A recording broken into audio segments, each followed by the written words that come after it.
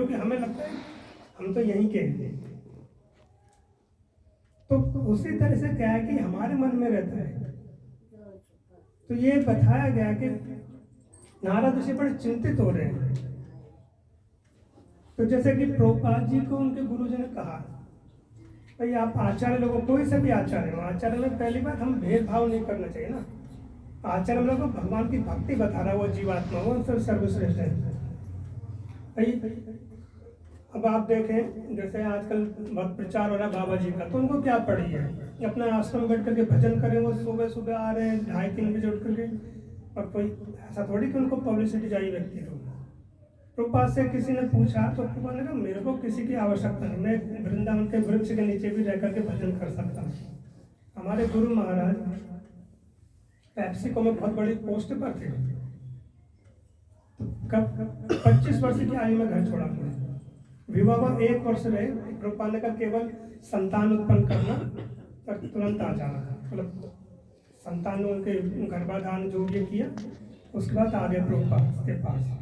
और जो भी कमाते थे, मतलब गृहस्थ जीवन में रहकर के जो भी कमाते थे पहले प्रभुपाद के हाथ में देते थे वो, और प्रभुपाद उसमें से खर्चा निकाल के मतलब तुम अपने गृहस्थी चलाओ वैसे दे देते थे।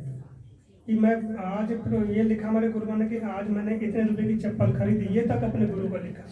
ये कोई मतलब एक बड़ी बात नहीं, लेकिन एक संबंध गुरु से जोड़ना, कि गुरु के पास जाकर के गुरु को हर बात बतानी, पता होती है गुरु को, लेकिन फिर भी गुरु को एक सम्मान देना। तो हमारे गुरु महाराज से किसी ने पूछा कि आप भाई इस्कॉन में इतनी बड़ी पोस्ट पर, जीबीसी है ना, तो अगर आपके पास ये कल ना हो तो हमारे गुरु महाराज ने कहा मेरे पास कुछ नहीं, मेरे पास भागवतम होनी चाहिए, भगवत गीता, मैं वृंदावन पे किसी वृक्ष के नीचे रहूँगा। और हमारे जितने भी आप देखें आचार्य लोग जो इस्कॉन की बड़ी संस्था है, इसमें किसी के पास अपनी कोई प्रॉपर्टी है ही नहीं, कोई निजी प्रॉपर्टी नहीं है, सब एक ट्रस्ट के नाम है। बस ये कि आप वहाँ पर सेवा कर रहे हैं तो आपको ये सुविधा कि आप गाड़ी से इधर आओगे जाओगे। लेकिन हमारे महाराज ने जब देह त्यागा तो उन्होंने अपने वसीयत बनाते हैं लोग, तो उसमें महाराज के मुश्किल से लाख रुपए भी नहीं था उनके अकाउंट में, कोई मतलब जमीन नहीं है उनके नाम में, कोई गाड़ी नहीं है, कुछ नहीं है। तो क्या है कि ये वस्तु का उपयोग करने के बाद भी उसमें आसक्त नहीं होना। जैसे कि मान लीजिए मैं आपसे कहता हूँ मुझे 1 महीने के लिए गाड़ी चाहिए, आपने दे दी गाड़ी, अब महीने भर बाद आप मेरे से मांगे तो मैं नहीं दूँ तो क्या हो गया, मैं चोर हुआ।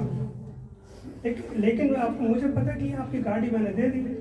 तो उसी तरह से आचार्य लोग जानते कि वस्तु भगवान के लिए ही हमें उपयोग करना है। ये शरीर भी वो आप देखें आचार्य लोगों का, हमारे महाराज का जब देह छूटी तो उससे पहले वो गिरे जब देहरादून में, तो मतलब कोले की हड्डी टूटी पीछे, तो लेटे लेटे वो हमें आरती कर रहे हैं, मतलब वो उनका हाथ पूरे हिल रहे हैं। तो हमें ये नहीं कि वैसे कि वो हम सोच रहे हैं कि व्यक्ति के मन में चल रहे हैं, वो उस समय वास्तव में समाधि में है, उस समय वो भगवान की सेवा कर रहे हैं। तो निरंतर 24 घंटे आचार्य का मतलब होता है जो अपने आचरण के द्वारा स्थापित करे कि हमें कैसे भगवान से जुड़ना है। तो यहाँ पर जब बताया